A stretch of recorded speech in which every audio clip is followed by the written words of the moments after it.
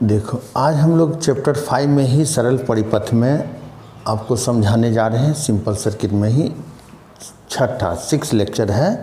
Question आपके पास है, metre सेतु के सिद्धांत को समझावे तथा स्वच्छ चित्र की सहायता से बतावे कि इसके द्वारा किसी तार का विशिष्ट प्रतिरोध किस प्रकार ज्ञात करते हैं। पीछे क्लास में आपको बतलाए थे किरचॉफ के नियम का उपयोग करते हुए व्हीटस्टोन ने एक सेतु बनाया था। उस सेतु के द्वारा वह अज्ञात प्रतिरोध को ज्ञात किया था। इसके बारे में हम लोग चर्चा किए थे। आज हम लोग चर्चा करें मीटर सेतु के सिद्धांत को समझावे तथा चित्र की सहायता से बतावे कि इसके द्वारा किसी तार का विशिष्ट प्रतिरोध किस प्रकार ज्ञात करते हैं। तो सबसे पहले मीटर सेतु क्या है इसके बारे में जानते हैं। यह व्हीटस्टोन सेतु पर आधारित एक युक्ति है। किस पर युक्ति है? व्हीटस्टोन सेतु पर आधारित एक युक्ति है या कहिए एक यंत्र है जिसके द्वारा किसी चालक का प्रतिरोध को सुगमतापूर्वक ज्ञात किया जाता है। अब देखिए, इसमें एक डायग्राम दिया हुआ है। चित्र से स्पष्ट है कि लगभग 1 मीटर लंबा कांस्टेंट का एक तार AC है, चित्रानुसार आप देख रहे हैं, जो लकड़ी के एक आधार पर लगा हुआ है। किस पर लगा हुआ है? लकड़ी के एक आधार पर लगा हुआ है। तार के दोनों सिरे L आकार के तांबे के दो पत्तियों से घिरा होता है, जिसके दूसरे सिरे पर एक संयोजक पेंच लगा रहता है। इन पत्तियों के बीच तांबे की एक अन्य पत्तियां D लगी होती है, जिस पर 3 संयोजक पेंच लगे रहते हैं। B एक सर्पी कुंजी है जिसकी नोक को तार पर खिसकाया जाता है। कुंजी के ऊपर एक संयोजक पेंच लगा रहता है। ये हुआ इसकी बनावट। ये आपका जो सर्किट का जो डायग्राम है इसकी बनावट हुआ। अब इसका उपयोग करते हैं हम किसी तार के अज्ञात प्रतिरोध को ज्ञात करने में इसका उपयोग करते हैं। जिस तार का विशिष्ट प्रतिरोध ज्ञात करना होता है उसे चित्रानुसार C और D, किस बिंदु? C और D बिंदुओं के बीच लगाते हैं। बिंदु A और C के बीच एक सेल धारा नियंत्रक कुंजी K के संयोजक पेंच से जोड़ते हैं। इस प्रकार बिंदु B जो है तथा AC को 2 भागों में बांटता है। माना इन भागों का प्रतिरोध यानी पहले भाग का प्रतिरोध P मान लिए और दूसरे भाग के प्रतिरोध को हम लोग Q मान लिए। माना तार के पहले भाग की लंबाई L है, तो दूसरे भाग की लंबाई, चूँकि दोनों के बीच की दूरी 100 है, 100 सेंटीमीटर, तो पहले भाग की लंबाई L ले लिए तो दूसरे भाग की लंबाई होगा 100 - L। तो तार के AB भाग का प्रतिरोध P बराबर निकाल लिए, रो या सिग्मा कहिए, सिग्मा इंटू L/a, जहाँ सिग्मा तार का विशिष्ट प्रतिरोध और a तार के अनुप्रस्थ काट का क्षेत्रफल है। तार BC का प्रतिरोध Q बराबर सिग्मा 100 - L/a। सिग्मा के बारे में जान गई, तार का विशिष्ट प्रतिरोध कहलाता है। तो अब हम लोग व्हीटस्टोन ब्रिज से पढ़े हैं कि यहाँ क्या होगा, P/Q बराबर sigma into L/a by sigma into 100 - L/a, कटकर बचेगा P/Q बराबर L/100 - L आपका बचेगा। ये आ गया इसमें। अब व्हीटस्टोन सेतु के संतुलन की स्थिति में, किसके स्थिति में ले लिए? संतुलन की स्थिति में क्या हम लोग पढ़े हैं व्हीटस्टोन में? P/Q बराबर R/S। तो P/Q का मान यहाँ R/S है और ऊपर हम निकाले हैं P/Q का मान L/100 - L। अब दोनों मान को इक्वल कर देते हैं तो आता है आपका L/100 - L equal to R/S। इसलिए S बराबर निकल गया R इंटू 100 - L/L। यानी तार की लंबाई L, प्रतिरोध R का मान ज्ञात रहने पर अज्ञात प्रतिरोध S का मान इस सेतु के द्वारा आसानी से हम लोग ज्ञात करते हैं। देखो, सेकेंड क्वेश्चन पर हम लोग चर्चा करते हैं मीटर सेतु के बाद कि विभवमापी वोल्ट मीटर से श्रेष्ठ है कैसे। विभवमापी वोल्ट मीटर, विभवमापी के बारे में भी जानते हैं आप। अब वोल्ट मीटर, तो विभवमापी को वोल्ट मीटर से श्रेष्ठ माना गया है। क्यों? क्या कारण है, क्या रीज़न है, इसके बारे में जानते हैं। तो जब हम किसी सेल के विद्युत वाहक बल को वोल्ट मीटर से मापते हैं तो वोल्टमीटर सुई के विक्षेप के लिए सेल से कुछ न कुछ धारा अवश्य लेता है, जिससे सेल के आंतरिक प्रतिरोध में विभव पतन होता है। अतः सेल के सिरों का विभवांतर इसके विद्युत वाहक बल से थोड़ा सा कम हो जाता है। जब हम विभवमापी से किसी सेल का विद्युत वाहक बल मापते हैं तो विभवमापी को शून्य विक्षेप की स्थिति में रखते हैं, शून्य विक्षेप की स्थिति में रखते हैं, जिससे यह सेल द्वारा या सेल से कोई धारा नहीं लेता है। अतः विभवमापी द्वारा मापा गया विद्युत वाहक बल का मान ही सेल का वास्तविक मान कहलाता है। इसलिए विभवमापी को वोल्टमीटर से श्रेष्ठ माना गया। देखिए आगे आपके पास क्वेश्चन है कि मोटर गाड़ी स्टार्ट करते समय, यानी जब भी हम मोटर गाड़ी को स्टार्ट करते हैं तो उसकी हेडलाइट थोड़ा मंद पड़ जाता है, क्यों? अब देखिएगा कोई भी मोटरसाइकिल हो या अदर गाड़ी, जब भी हम उसको स्टार्ट करते हैं तो कहता उसका हेडलाइट जो होता था आगे वाला वो थोड़ा सा मंद पड़ जाता है। इसका क्या कारण है, इसके बारे में हम लोग जानते हैं। तो जब हम मोटर गाड़ी को स्टार्ट करते हैं तो यह स्टार्ट करते समय यह स्टार्टर जो है गाड़ी की बैटरी से एक उच्च धारा लेता है। कौन लेता है? स्टार्टर जो है वो गाड़ी की बैटरी से एक उच्च धारा लेता है, जिसके कारण बैटरी के आंतरिक प्रतिरोध पर विभव पतन होता है। आंतरिक प्रतिरोध पर विभव पतन होता है। अतः बाह्य विभवांतर में कमी आ जाती है, इसलिए मोटर गाड़ी के हेडलाइट जो है वो कुछ मंद पड़ जाता है। लेकिन छोटे दूर देखिए, अब आपके पास आगे क्वेश्चन है कि कई सेलों को, सेल के बारे में आपको शुरू में ही बतला दिए थे कि सेल क्या है। सेल एक प्रकार का युक्ति था जिसके द्वारा रासायनिक ऊर्जा को विद्युत ऊर्जा में परिणत किया जाता है। यहाँ हमारे पास एक क्वेश्चन है कि कई सेलों को जब हम समानांतर क्रम में जोड़ते हैं तो उससे क्या लाभ और हानि होता है, इसके बारे में जानते हैं। तो जब कई सेल यानी 2 या 2 से अधिक सेल को हम समानांतर क्रम में जोड़ते हैं तो उससे लाभ भी होता है और हानि। पहले हम लोग लाभ के बारे में पढ़ते हैं। लाभ इससे क्या क्या होता है? इसमें सभी सेलों के धन ध्रुव एक बिंदु पर तथा ऋण ध्रुव दूसरे बिंदु पर एक साथ जोड़े जाते हैं, जिससे बैटरी का विद्युत वाहक बल एक अकेले सेल के विद्युत वाहक बल के बराबर हो जाता है। एक ये फर्स्ट लाभ है।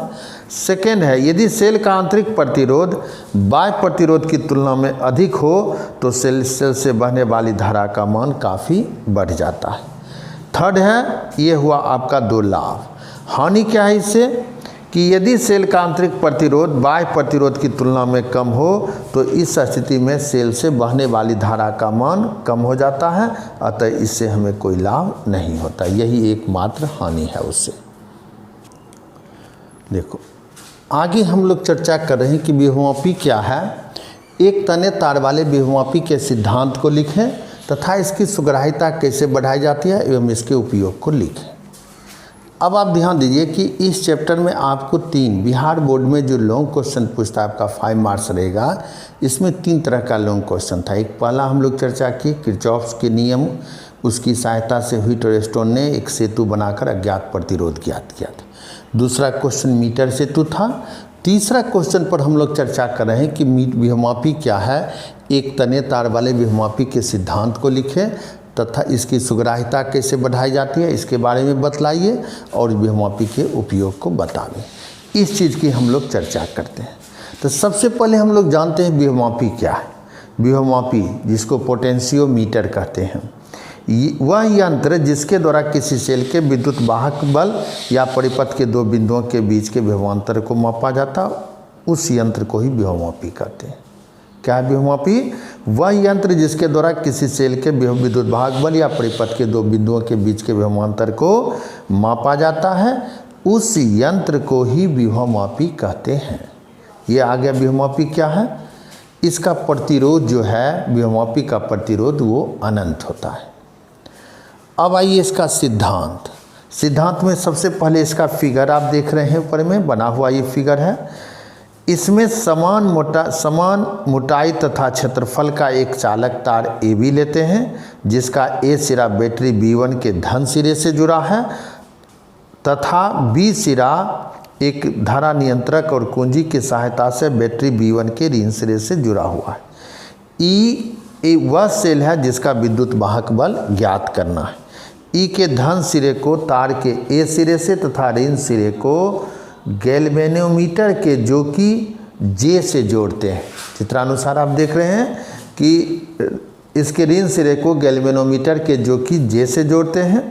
जोकी के तार पर कहीं भी जोकी को तार पर कहीं भी खिसकाया जाता है।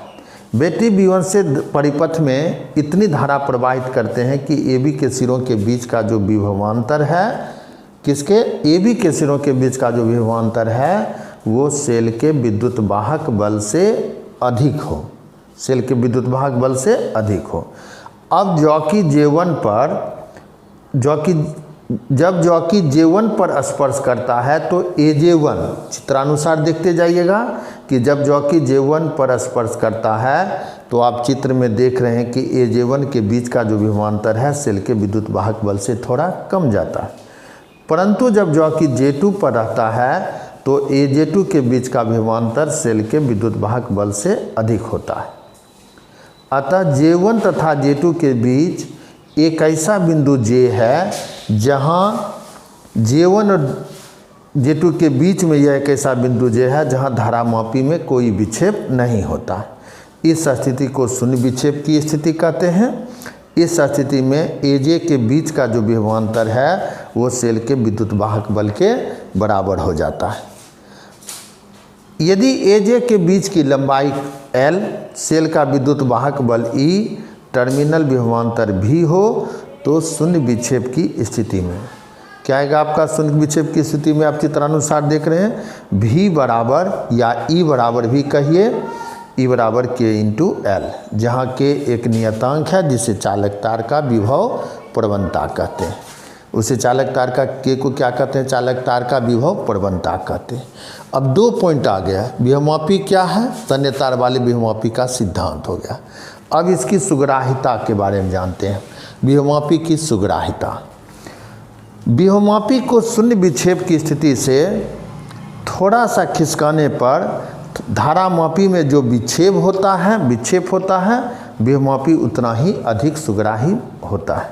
यानी विभवमापी की सुग्राहिता बराबर होता है 1/विभव प्रवणता, अर्थात विभवमापी के विभव प्रवणता के व्युत्क्रम को ही उसकी सुग्राहिता कहते हैं।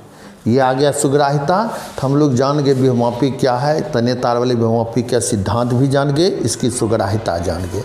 अब इसका उपयोग के बारे में जानते हैं। तो विभवमापी का 2 उपयोग है। पहला उपयोग है विभवमापी का 2 सेलों के विद्युत वाहक बल की तुलना करने में। यानी विभवमापी का उपयोग करते हैं हम 2 सेलों के विद्युत वाहक बलों की तुलना करने में। हम मान लिए कि E1 तथा E2 2 विद्युत वाहक बल क्या माने, E1 तथा E2 विद्युत वाहक बल वाले 2 सेल है। जब इससे परिपथ में धारा प्रवाहित करते हैं तो माना तार पर L1 तथा L2 की स्थिति पर यह शून्य विक्षेप की स्थिति प्राप्त करता है। पहला पोजीशन में L1, दूसर पोजीशन में L2। इसलिए E1 बराबर होगा E1 बराबर E इंटू L1, जहाँ E हुआ सेल का विद्युत वाहक बल, E2 बराबर E इंटू L2, और जब दोनों को डिवाइड करते हैं तो E1/E2 बराबर होता है L1/L2। E1/E2 बराबर L1/L2। यानी 2 सेलों का विद्युत वाहक बल जो है वो उसके शून्य विक्षेप की स्थिति में उसकी लंबाई के अनुपात के बराबर होता है। अब दूसरा उपयोग है इसी का, किसी विभवमापी का दूसरा उपयोग करते हैं किसी सेल के आंतरिक प्रतिरोध को ज्ञात करने में। हम मान लिए कि किसी सेल का विद्युत वाहक बल E है। माना सेल का परिपथ से जोड़ने पर L1 दूरी पर शून्य विक्षेप की स्थिति प्राप्त होता है। तो अतः E बराबर की होगा K इंटू L1, जहाँ K की है विभव प्रवणता है। यदि सेल का विभवांतर V तथा परिपथ का बाह्य प्रतिरोध R हो तो माना शून्य विक्षेप की स्थिति L2 दूरी पर प्राप्त होता है। अतः V बराबर K इंटू L1। V बराबर आपका क्या निकला, K इंटू L1, और ऊपर हम लोग निकाले हैं E बराबर K इंटू L1। दोनों को डिवाइड कर दो तो E/V बराबर K कट जाएगा L1/L2। अब लिए हैं कि यदि सेल का आंतरिक प्रतिरोध R हो, स्मॉल r लिए हैं, R हो तो I बराबर E/कैपिटल R plus small r। Capital R क्या कहलाता है, उसका बाह्य प्रतिरोध। आर जान गए, स्मॉल आर जान गए, सेल का आंतरिक प्रतिरोध। तो इसलिए ई बराबर की होगा I into R plus R. अब ओम के नियम जानते हैं हम, V is equal to I R. इसलिए समीकरण 1 में ई का मान डाल दिए I into R plus R बटे V का मान डाल दिए आई आर बराबर उधर L1 बटे L2। आई वो दोनों ऊपर नीचे आई कट गया, कैपिटल आर को अलग अलग कर दो तो आर बटे आर कट कर 1 होगा, प्लस स्मॉल आर बटे कैपिटल आर बराबर L1 बटे L2। यानी small R by capital R बराबर L1 बाय L2 माइनस 1, या उस उधर एलसीएम ले लीजिए तो स्मॉल आर बराबर होगा capital R into L1 by L2 minus 1, या उसको कहिए L1 minus L2 bye L2 भी कह सकते हैं। यही निकला सेल का आंतरिक प्रतिरोध। हम दो उपयोग किए, दो सेलों के विद्युत वाहक बल की तुलना करने में, और दूसरा उपयोग किए किसी सेल के आंतरिक प्रतिरोध को ज्ञात करने में। ठीक है, अब हम लोग इस चैप्टर में चर्चा करते हैं। इस चैप्टर का आप लॉन्ग क्वेश्चन, शॉर्ट क्वेश्चन जिस टाइप का पूछता है ये आप पढ़ चुके हैं। अब आपको इस चैप्टर का जो कंक्लूजन निकालें उसके बेस पर आपको ऑब्जेक्टिव बतलाने जा रहे हैं। उस ऑब्जेक्टिव को आप ध्यान से देखिएगा। लगभग 20 ऑब्जेक्टिव इस चैप्टर का हम लोग निकाले हैं, उसके बारे में आप जानिए। पहला दिए थे ऑब्जेक्टिव था, जैसे रहेगा सेल द्वारा डैश ऊर्जा को डैश ऊर्जा में बदला जाता है। क्या है क्वेश्चन? सेल द्वारा डैश ऊर्जा को डैश ऊर्जा में बदला जाता है। क्या आएगा? सेल द्वारा रासायनिक ऊर्जा को विद्युत ऊर्जा में बदला जाता है। दूसरा है, यदि सेल खुले चक्र में हो तो उसके अधिकतम विभवांतर को डैश कहते हैं। इस डैश में भराएगा विद्युत वाहक बल, यानी अधिकतम विभवांतर को उसका विद्युत वाहक बल कहते हैं। तीसरा है, किसी सेल द्वारा एकांक धनावेश को संपूर्ण परिपथ में एक बार प्रवाहित करने के लिए आवश्यक ऊर्जा को सेल का डैश कहते हैं, तो सेल का विद्युत वाहक बल कहते हैं। चौथा है, यदि सेल का विद्युत वाहक बल E तथा आंतरिक प्रतिरोध R हो तो सेल का टर्मिनल विभवांतर V बराबर डैश होता है, तो V बराबर होगा E minus I into small R. V बराबर E minus I into small R. पाँचवा ऑब्जेक्टिव है, किसी परिपथ के दो बिंदुओं के बीच एकांक धनावेश को प्रवाहित करने के लिए आवश्यक ऊर्जा को डैश कहते हैं। इस आवश्यक ऊर्जा को क्या कहते हैं हम लोग? टर्मिनल विभवांतर कहते हैं। छठा है, विद्युत वाहक बल को डैश में मापा जाता है। विद्युत वाहक बल को वोल्ट मीटर में मापा जाता है। सातवां है, विद्युत वाहक बल मापने वाला यंत्र डैश कहलाता है, विभवमापी कहलाता है। आठवां है, आमीटर को डैश से श्रेष्ठ माना गया, आमीटर को वोल्ट मीटर से श्रेष्ठ माना गया। नाइन्थ है आपका, धारामापी द्वारा किसी परिपथ में बहने वाली धारा को मापते समय सुई को डैश की स्थिति में रखा जाता है, सुई को शून्य विक्षेप की स्थिति में रखा जाता है। 10वां है, आमीटर को परिपथ में डैश क्रम में जोड़ा जाता है, तो आमीटर को परिपथ के श्रेणी क्रम में जोड़ा जाता है। 11वां है, व्हीटस्टोन ब्रिज का उपयोग डैश ज्ञात करने के लिए किया जाता है। किसको ज्ञात करने के लिए किया जाता है? अज्ञात प्रतिरोध को ज्ञात करने के लिए। 12वां आप आइए, 12वां ऑब्जेक्टिव है, मीटर सेतु व्हीटस्टोन ब्रिज का एक डैश है। मीटर सेतु व्हीटस्टोन सेतु का एक व्यवहारिक रूप है। 13 है, किसी बंद परिपथ के किसी बिंदु पर आने वाले तथा उससे निकलने वाले धाराओं का कुल योग डैश होता है, कुल योग 0 होता है। 14वां है, विभवमापी डैश से श्रेष्ठ है, विभवमापी वोल्ट मीटर से श्रेष्ठ है। 15वां है आपका ऑब्जेक्टिव, वोल्ट मीटर को परिपथ के डैश क्रम में जोड़ा जाता है, वोल्ट मीटर को परिपथ के समानांतर क्रम में जोड़ा जाता है। 16वां है, धारामापी यंत्र द्वारा मापा गया धारा का मान डैश होता है, तो धारामापी द्वारा मापा गया धारा का मान शुद्ध होता है। 17वां है, विभवमापी के विभव प्रवणता के व्युत्क्रम को डैश कहते हैं, तो विभवमापी के विभव प्रवणता के व्युत्क्रम को सुग्राहिता कहते हैं, जो भी जस्ट पढ़ाए थे आपको पिछले क्वेश्चन में। किसी सेल के आंतरिक 18वां है, किसी सेल के आंतरिक प्रतिरोध ज्ञात करने के लिए डैश का उपयोग करते हैं, तो विभवमापी का उपयोग करते हैं। 19 है, शंट का प्रतिरोध डैश होता है, शंट का प्रतिरोध अधिक होता है। 20वां है, फ्यूज तार का गलनांक डैश होता है, फ्यूज तार का गलनांक निम्न होता है। ये आप जान गए इसका।